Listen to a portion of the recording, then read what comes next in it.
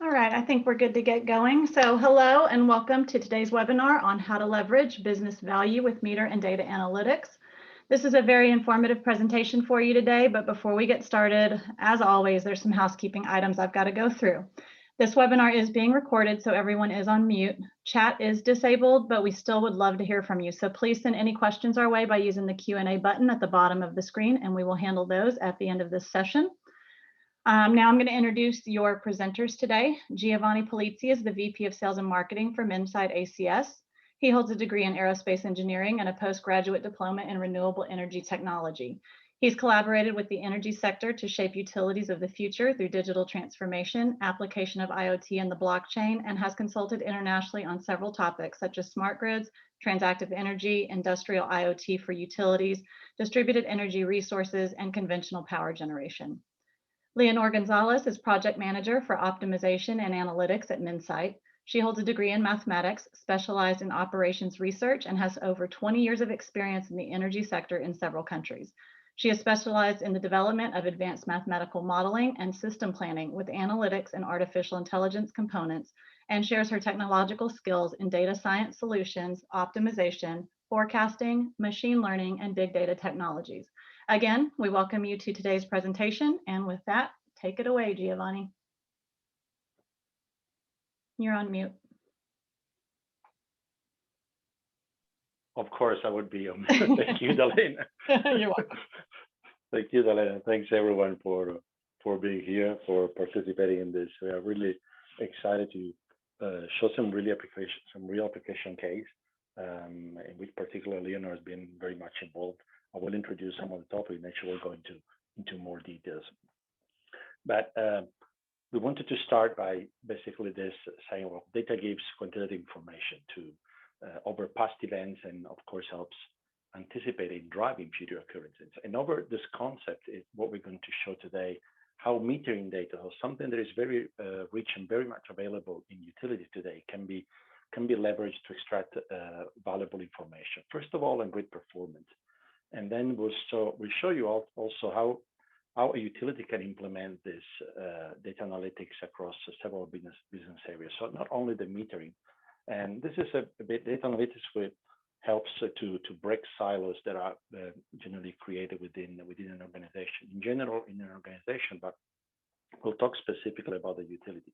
Everything we will see today here is not generic data analytics, it's specifically applied to the utility business. In particular of the electricity business, but eventually we can also touch in the case of gas. And then the other thing is, okay, when we look at large data analytics projects, which can be the quick wins, which can be the immediate value that a utility can extract from data analytics. So long-term strategy and then short-term results. So first of all, let's focus on the value of data. Okay, data, of course, we said it's an important source of information for a utility. We're going to see how we can increase effectiveness of processes, for example, inside a utilities. How can we extend the asset's lifetime or reduce operating costs? These are typical things that we immediately think when we look at the data analytics of technical data, so metering data or asset data, for example, even SCADA data in terms of number of operations in a utility network.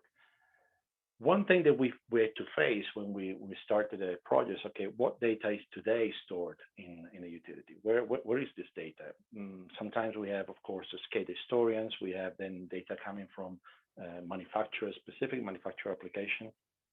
So the data that is being stored already is very important. Then we look at what data the organization needs in terms of course, which are the objectives of what the sector we want to study, the domain, the knowledge domain that we want to analyze. And we look at the data and we find that data may not have the sufficient quality. Sometimes data is too granular and has to be aggregated because it doesn't really make that much sense at that low granularity. Or data's got a lot of gaps, or data is not correct, it's not precise. So all that part is a first approach that we have to go through, a first analysis we have to go through when we have the data. And then how do we transform that data into valuable KPI? This is the really the part where we talk more with the utility and try to understand what are the traditional KPI that are used in a company, but also the new KPI. So, for example, when we talk about our application, which is of course one side in utilities intelligence, so the intelligence, the analytics specifically for utilities, we have a number of insight that we can get directly from, for example, from metering data and from SCADA information. Great valuable information is forecast of key variables, right? In terms of demand, for example, but also in terms of generation, if we're talking about, for example, distributed energy resources, right? Or try to forecast event, try to forecast overload, for example, of transformers, which takes us to the next point. So locate and identify performance deviation. Of course, an analytics platform must also be able to locate those the events that we are able to, first of all, visualize, but then also to forecast. And the platform that we're going to see, the example we're going to see, are of course related always with a map and with the geographic information. And we can determine patterns, for example, demand profiles, right? And aggregate this at network points. So starting from demand profiles of customer level from metering, we can aggregate at the service transformer level, and then we can aggregate a feeder circuit and then at substation level. It becomes very important when we're talking about forecasting this information. It's very important to give to the operation center a time ahead forecast of what's going to happen in terms of loads of feeder, for example, or violation, or for example, voltage violation along a feeder. And then we can analyze the performance of grid assets and of processes. We can analyze the performance in terms of what happened in the past. We can also analyze the health index of the asset, and we will see this along the presentation. The first case, so we talked about how we can visualize data. All the elements, the graphical elements that you see here are elements that already exist in the platform. So whether it's a graph, whether it's a widget, like a keyboard. Now the second image is, for example, it's a KPI, what we call a KPI, but it's basically a widget that's got a bar and shows us where we are positioned with the value in respect to a grid scale. So consumption is the first thing. So the demand, and we can of course look, since we're talking about an analytics platform, we can of course talk about large periods. We can analyze the trends, for example, how demand has been increasing. And if we're talking about the entire system, that will be how the demand has been increasing in the entire system, or we're talking about a particular substation or a particular feeder or one of the circuits, for example. And this allows us to, of course, see large periods, large time frames, and understand how the trend has been evolving. We can analyze peak and off-peak demand, try to separate where and try to understand how other customers are using energy at different times of the day, and create alarms, create notifications if, for example, we see that a growing demand in an off-peak hour, or a growing demand in a peak period.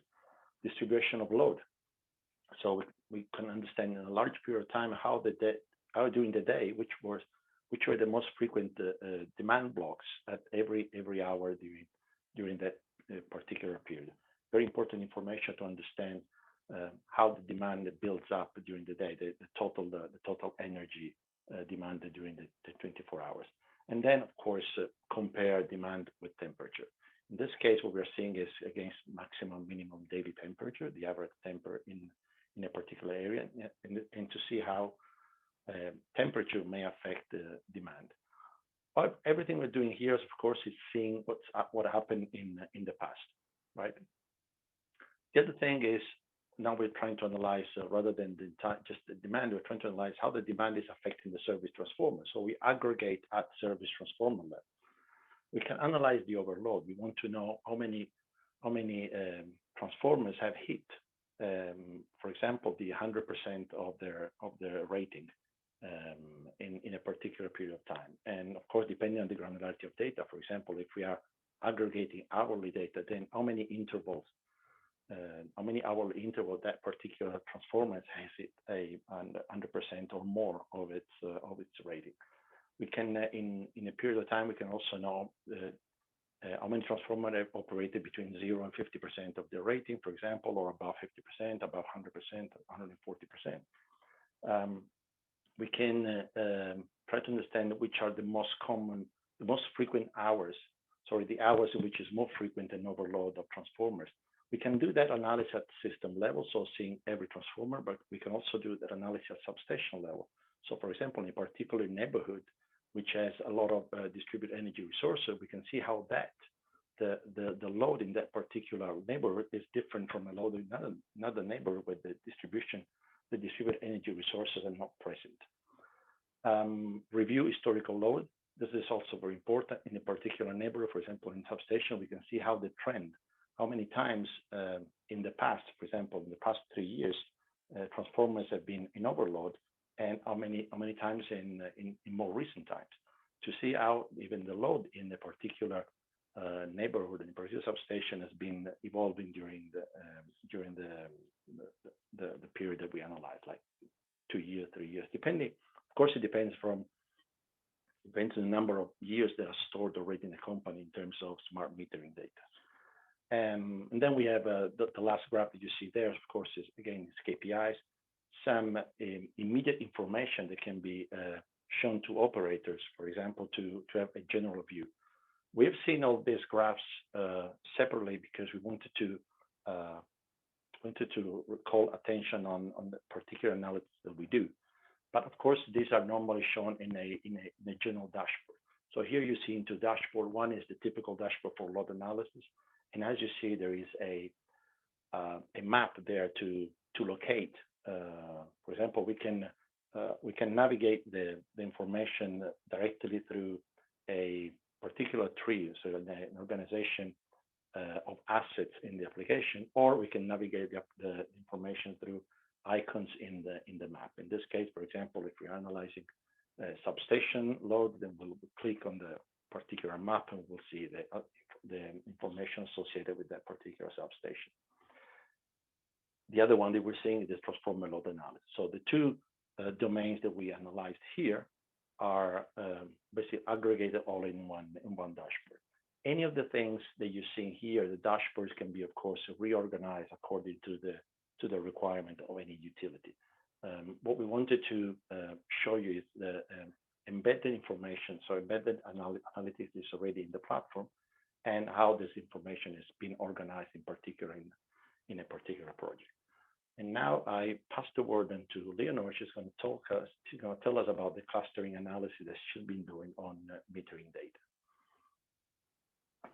Well, yeah, clustering analysis is included as part of the metering application. And this analysis, what it does is that it groups into different clusters all the customers that we have in the system, taking into account the 24-hour load curve and some statistics such as the maximum load, the minimum load, and the average load. Getting this information, it is fairly it provides us with lots of information because we can get at a very high level what are the patterns of our customers without having to go one by one and looking at each of the patterns. So the application allows us to exploit this information through different widgets, KPIs, and graphs and tables, as you can see in the slide. And in the graphs, we will be able to see the different centroids, or the graph that characterizes the pattern of a particular cluster, a group of customers. And we will also be able to get the density of each of the clusters, as well what is the average consumption level, the deviation, and be able to compare as well the cluster itself with each of the metering points. apart from understanding the behavior of our customers, and there are other applications that may be derived from the clustering analysis, and that which will may be useful to undertake. One of them is the tariff recommendation, that from this clustering and obtaining this type of behavior curves, we can recommend a change of tariff to our customers. Also, it is possible to undertake some tariff simulation and analyze the monetization associated to this tariff simulation, assuming that our customers are not going to change their patterns. And also, another possible use case to be that could be applied from this analytics is the analysis of possible fraud.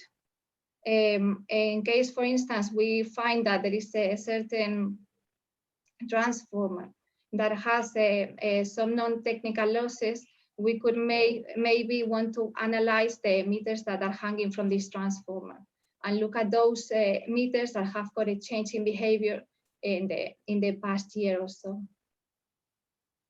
Okay. Thank you, Leonor.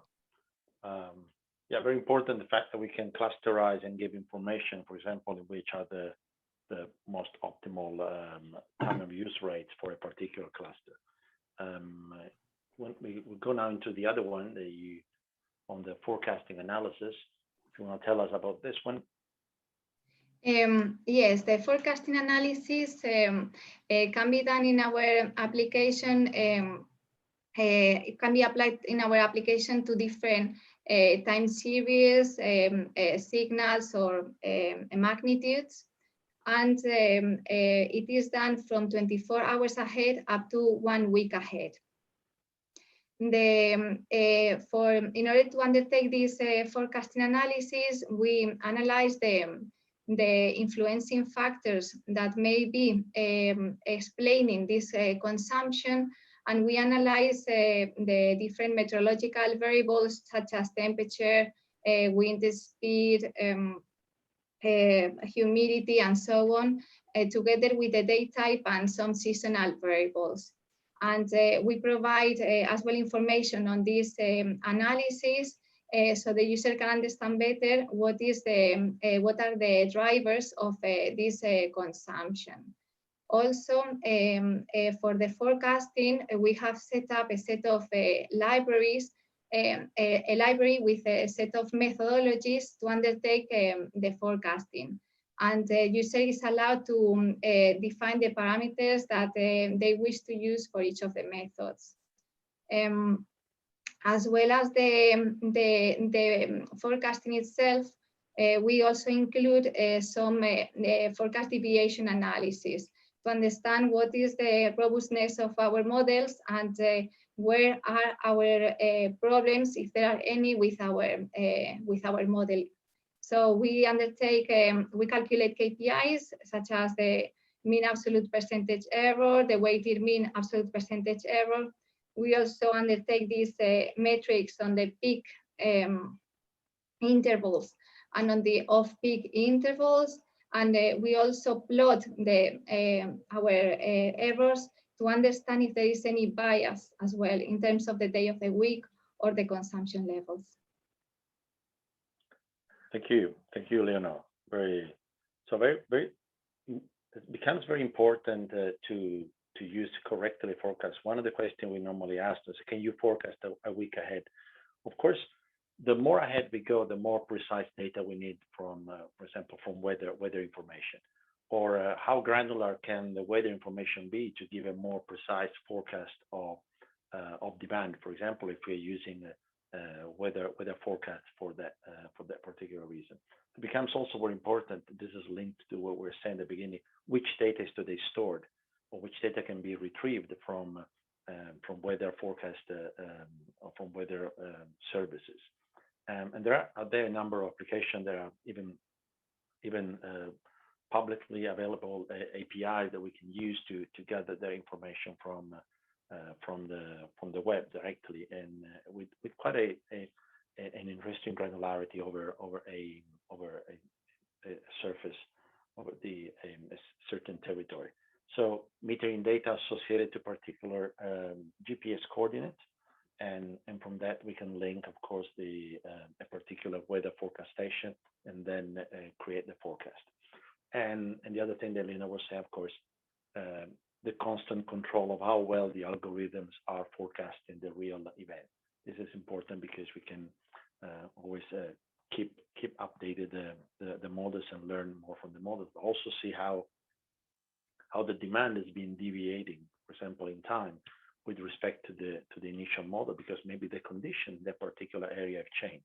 For example, we got many more electric vehicles which weren't there when we trained the model, or we have more solar panels which weren't there when we trained the model. So it becomes also very important to look how the networks is evolving. And the next step is, okay, now we have the load analysis, for example, of feeders. We have the load analysis of service transformer, which normally are not connected to SCADA information. So it's very difficult to understand how they are doing in terms of LT index. And the other thing, once we have this information and we have it granular at transformer level, then we can aggregate it. We can calculate what we call the LT index. The LT index is a parameter that's been basically tells us the health of an asset. And it's not a general statistic analysis, but it's specific of every single asset, because we're actually using real data from the use of the asset. In particular, the application uses a series of algorithms developed by Toronto Hydro. They published a paper some years ago with all their experience for more than 15 years of asset health index analysis. So we basically implemented that, and we have already a number of implemented assets, among which, of course, is the different kind of transformer, the breakers, switches, and other assets you find normally in the grid. But in this particular case, we are talking about the transformer. So first of all, calculate the health index. To transformer, one of which has been operating most of its life above 100% or near 100%, of course, is going to have an health index much lower than the transformer which has been operating between 40 and 50% of its load for most of its time, even though they have been installed at the same, more or less at the same period. Once we have the health index, we can also calculate the risk matrix. A risk matrix is basically a matrix with two axes. One axis will tell us the health index value, and the other one the impact of a failure. In this case, we have to work with the utility to understand what's the impact of failure in terms of economical impact. How many users, how many customers are, for example, remain without power, or which is different. The risk of a transformer there is supplying a residential neighborhood to one who is supplying, for example, an hospital or a manufacturing plant. And this is basically affects the risk. So metering data for load analysis, for forecasting, for customer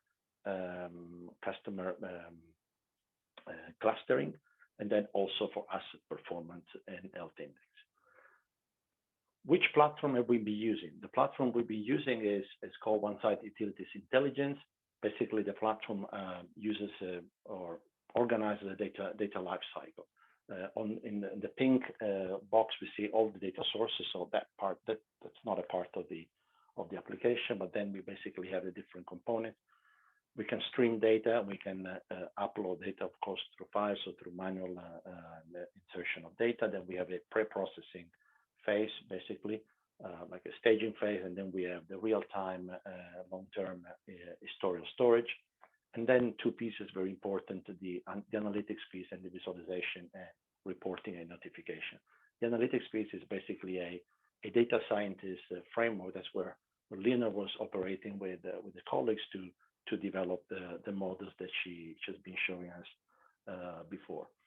All this is it's all administered from the same underlying administration tool. It's all based on open source code. So it basically the application is uses open source component that we have wrapped together inside a single administration tool. So very easy to learn, very easy to start to work with, because it's only one interface for all the to access and to configure any of these components. But in more general terms, we have the ingestion process, right? Where we do real-time ingestion and data pre-processing. Then we have the part storage, the analysis, and the monitoring. On one side, we have the operating efficiency. So basically, where we try to understand how things are being doing, and then the business's profitability is when we start to analyze and to monitor. So to start to distribute information to the company.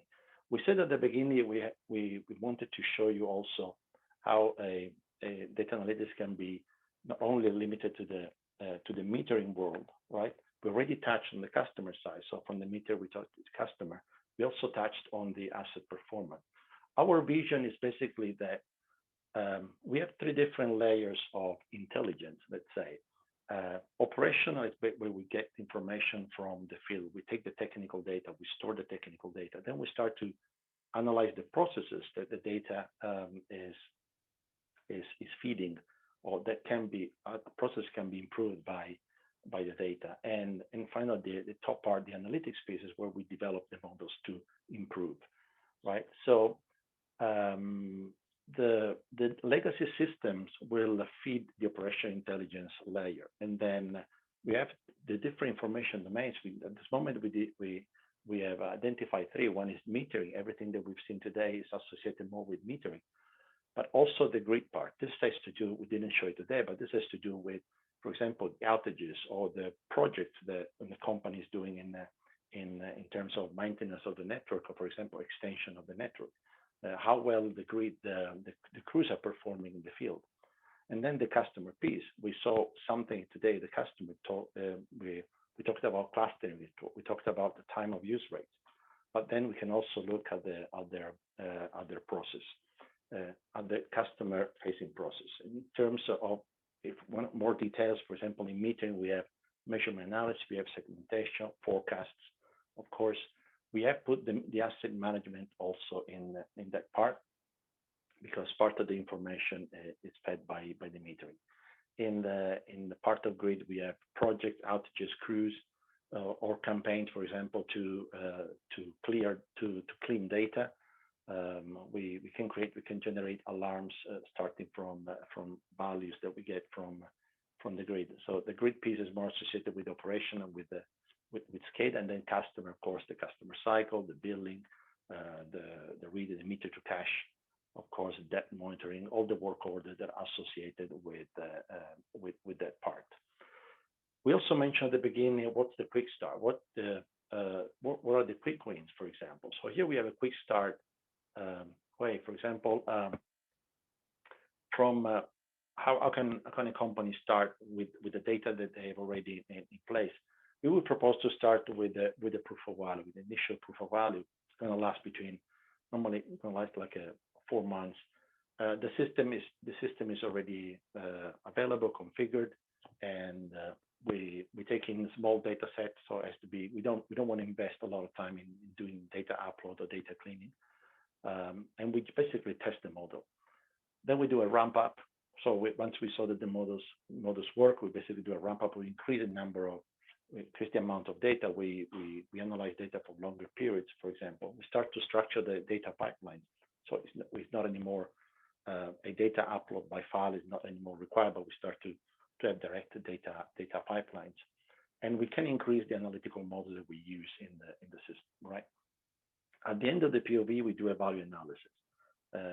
We share value analysis with the utility, and then we move into the ramp up. And finally, the consolidation. Consolidation, of course, is when the system already starts to roll automatically and to affect automatically the processes, so to give information. We're not explaining here the change management that goes with this, right? This is more a technological view of what a data analytics, how to implement a data analytics platform in a utility. Of course, on the side there is also, and we mentioned the transform business process, basically a change management, can be more or less important in utility, depending how many sectors we're touching. We're touching metering, grid, and customer. If we start only metering, of course, the change management will be more limited. Finally, before we pass to the Q&A, we just wanted to introduce us for those who don't know us. Minsait SES is part of a larger company, a company called Indra. Indra is a multinational. You see the numbers over there. Of course, we have a large project in many countries, but we also have a quite an important footprint here in the USA. So we have more than 200 utilities in USA that we work with. We have a larger multinational that we work with in different parts of the world. Some of our clients, like Aberola, like Enel, Naturgy, we follow them in all the countries where they basically operate. And Aberola, of course, here is represented by Avangrid. And so we work with all our customers. We bring IT solution. We bring a solution that apply analytics, and we'll be very happy to, of course, to work with all of you. We have a large suite of application. We call it OneSite Utilities. You've seen the name OneSite during the presentation. Basically, from what we saw today was related with OneSite Utility, OneSite Intelligence, which is the application you see there on top. But then, of course, we have the grid management piece. We have the customer management, smart metering, and we have the power generation trading. So we do have a large experience in utilities. We are expert in IT, but we're also expert in utilities. And I finish here, and I'll leave with questions. If there are any questions, I'll be happy to answer. And Leonor, I hope you will answer them too. Yep, Gio, it looks like we do have some questions that came in, so I'll just kind of start going through those, and between you and Leonor, you can answer them. So one of the first ones is just what functionalities are available as out of the box in this solution? I can take this on the first part, and then maybe I'll pass it on to Leonor also. So of course, what we saw today, the load analysis. Let's say it's a macro functionality that we take in metering data, and then we can organize metering data and try to understand the different load analysis. Functionality, for example, also representation of all the information about the assets.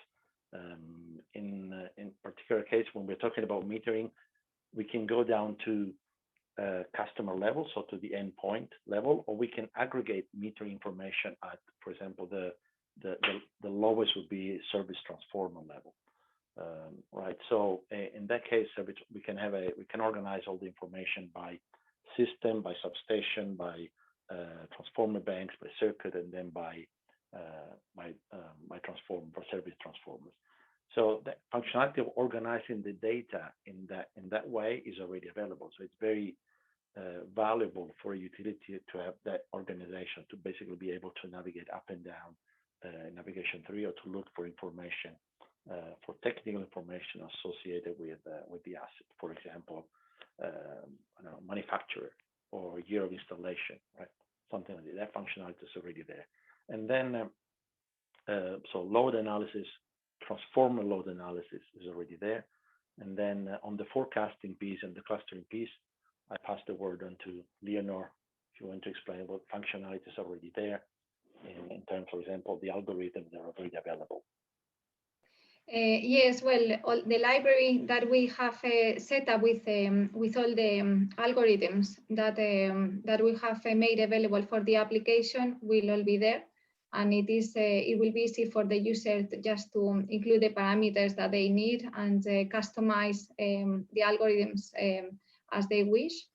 And we also have a set of available KPIs, graphs, and tables that could also be customized depending on the user's like, and we allow flexibility on building all those dashboards with all those functions, libraries, and KPIs and graphs.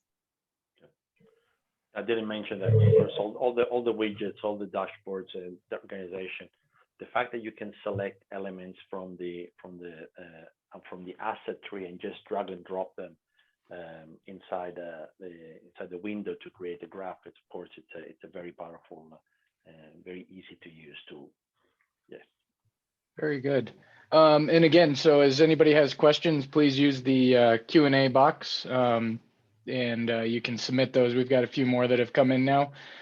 So regarding the data collection, to populate the database, basically, where does that data come from? What devices, what sensors, and then also what type of connectivity can you use? Oh, they mentioned long range, as well as narrowband IoT. I guess, Gio, if you want to kind of talk to where some of this data is being collected from and how it can be populated.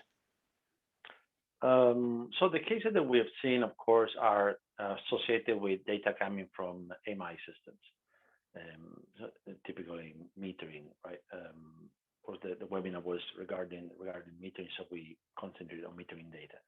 Now, on the other side, we also talked about asset performance management, for example, or data that can be directly taken from SCADA. We didn't show it, but the platform, of course, allows us also to integrate data coming from SCADA, coming from, or more in general, ADMS. Allows us to bring in data from IoT gateways that are connected directly to the field, to assets in the field, and allows us to bring in data from different data sources. We have an entire set of APIs, data protocols that we can use already embedded in the platform. Over the telecommunication support, that how the data will come, that's normally not something that we normally deal with in terms of, for example, it's a narrowband. This is more a choice of the customer, and we don't have any particular preference how data is delivered onto the platform. We can connect directly. We have an element that goes directly into the field through IoT gateways. For example, standard market IoT gateway. We don't make those, so we use standard IoT gateways. We can connect directly to the field, to field assets, and that depending on the particular IoT gateway or depending on the particular telecommunication network that the client wants to use, then the IoT gateway will have a particular communication device connected to. We have partnership, for example, with Verizon, and in a sense we can use their network in the field, their area network, to bring back this information. We can process data directly in the field through IoT gateways, and then bring just the process information back to the centralized platform, to the platform, one side utilities intelligence that we see. So hope that answered the question. Okay, very good. And another question, actually, much of it you already just answered, but the last part of the question, I will ask it. They asked, does the data have to be in near real time for these solutions? Well, it's a good question. Depends on the use case, of course. When we're looking at historic data, doesn't have to be in real time. We know the AMI system, for example, bring back data commonly like 4 times in a day, right? So of course, the earliest we can get data, of course, it's when it's just being brought. We also said that the importance of having good quality data to bring in, because once we start to process that data, and then data is basically changed because maybe it had gaps, then we would, for example, for long-term analysis, we use already certified data. Okay, so data which has already gone through the quality check. Now, if we want to talk about some information regarding, for example, events that happen in the field, like to notify events that happen, then we need to rely on data that is more updated, more frequently updated. If we're talking about, if we want to see some voltage violation, for example, we would have to have special meters or sensors that send back that information more in near real time to notify the platform. But again, we're talking about an analytics platform, so the real time part becomes less important, whereas it becomes more important the extension, the analysis, and to train the models to forecast what's going to happen in the future. In that case, for example, we will rely on the most updated information of weather forecast.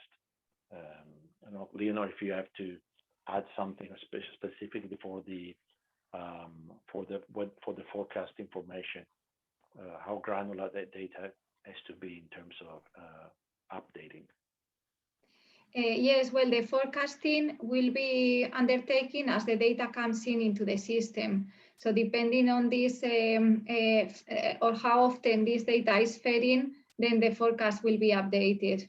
Okay, and we will need again meteorological variables forecasts. So we will need as well this information to be fed in into the system. So if it is fed in every hour, then we can undertake and update the forecast every hour. And if it takes a day to be loaded, then it will be done on a daily basis. Okay. Okay, very, very good. Another one, does using your solution require data scientists? Well, I will first introduce the question, then I will ask Leonor to add. All the analysis part does not require data scientists. Of course, when we started to train models, and I believe that the contribution of data scientists can be important. But I'll leave Leonor to answer that in terms of as out of the box and then the evolution. Yes, again, it depends on the type of user. If there is a user that is not a data scientist, there are wizards to help define everything, and we will also help in the definition of the dashboards. But if there is any data scientist that is interested actually in interacting with all the parameters and checking different types of modeling and trying to fit the best possible model at their wish, then it is possible to do that as well. So we offer both. So the application comes already with a number of implemented models and a number of parameters that can be used to configure those models. And of course, the more knowledge the user has of data scientists, the more evolved the analytics will be, and the more involved the user can be in adapting models or maybe using new models. The application also leaves freedom of that. Okay. Here's another one. Does the information and does the one-site platform, could it help with energy efficiency? Well, yes, of course. One of the things, for example, that we're always asked if we do disaggregation, right? We didn't show, but basically, if we can have the analysis of the consumption of customers in a particular period of time, and then after the implementation of energy efficiency measures, for example, that is, for example, a parameter or KPI that can be absolutely implemented and then constantly monitored.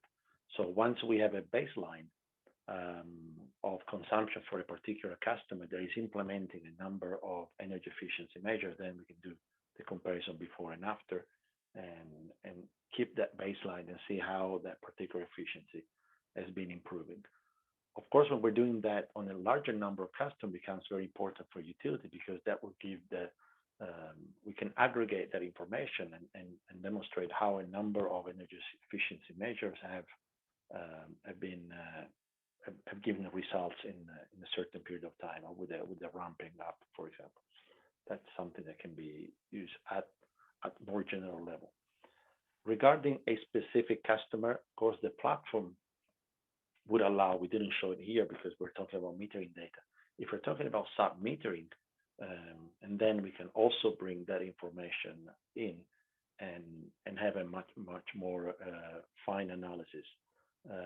And I'm thinking, for example, of the commercial arm of regulated businesses, right? In that case, for example, for commercial industrial customers, that's an analysis that can be done by using even sub-metering, for example, monitoring the different power circuits within a larger commercial industrial customer. Then we can bring that information and show it specifically. Yep. Okay.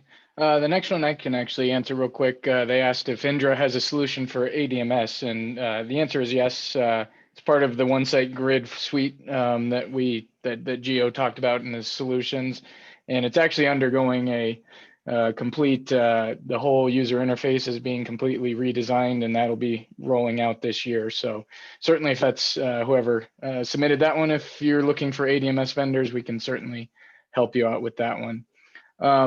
Another question was, for better use of assets and grid data analytics, is it possible that all data be stored in a GIS platform? Can you mention something about integrated solutions with GIS, such as Esri or Small World? And do they use real-time data as well? Maybe I didn't catch the question exactly. So well, yeah, I think the gist of it is just talk about integration with GIS, and it sounds like maybe they want to use the GIS as kind of the main source for that data repository. I'm guessing that's kind of what they're getting at there, Gio. Yeah, the platform has the interface, I believe, with already with Small World. I see there the operator is connected to, and I believe I can take that one. The GIS is not able. Regular GIS is not designed in order to manage real-time data and time series. Okay, so in order to support all the functionalities that we have been showing in this webinar, we need to combine the assets information and geolocation together with the time series and real-time data. Okay, so we actually need to have that information in the database in order to ensure the performance and in order to ensure all these tools that allow us to exploit and analyze all that information. So it would be difficult and probably wouldn't make sense to use the GIS database, okay? First, because it's not designed to manage real-time data. Second, because the performance, especially when you're going to manage big amounts of data, which is what the solution is designed for, the performance and all the operation of these tools to help the user to generate value from all that information will not be working. Okay, so no, yeah. I don't think we're not able to use an existing GIS platform. For sure, we are able to integrate. So the solution is very interoperable. So Esri and Small World, we are continually integrating information from there. Usually what we do, we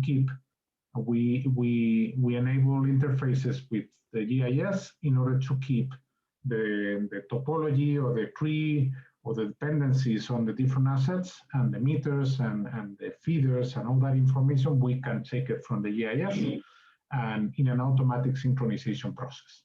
Okay. Yeah. Thank you, Juan. By the way, we didn't introduce Juan. We didn't know if we was going to make it. Juan is the head of the department where Leonor works. So is the head of all the grid part, the grid intelligence and the optimization that we do within Indra. So thank you, Juan, for participating, for joining us. Yes. Fantastic. No, and appreciate the answers. Looks like we have one more. Certainly, if anybody has any other, now's your time to submit through that Q&A. But somebody else asks, what is the mechanism used to check data quality? And does Indra have a head-end system for AMI? We can maybe Leonor, you can answer the first part, and then I may speak about the second piece. Yes, sure. Well, as part of the metering analytics application, we have got a KPI that calculates the quality of the data that we are analyzing. And this quality is calculated as part of how the data is coming from and how it is coded, and whether we have had to estimate any values that were missing in order to carry out all the analytics. So we provide a percentage that shows what is the estimated data and what is the quality data. This is particularly useful when we are doing some forecasts and we see that the forecasts are a little bit poor. And it is interesting to see that what is happening with the quality of this data, whether it was already coming with lots of gaps, and we had to do many estimations. Thank you, Leonor. Regarding the head-end system, we do an application within our one-site utilities metering application. We have we call the MDC, the meter data collection. And then this normally feeds our MDM application. In the case of metering information, we expect the head end to be part of the manufacture of the meters, basically. It's part of, normally the company has an MI system, and they also got the head end piece.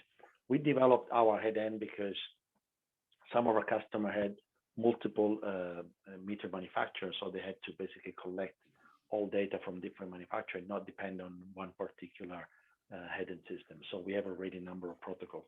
But having a head-end system, of course, requires that the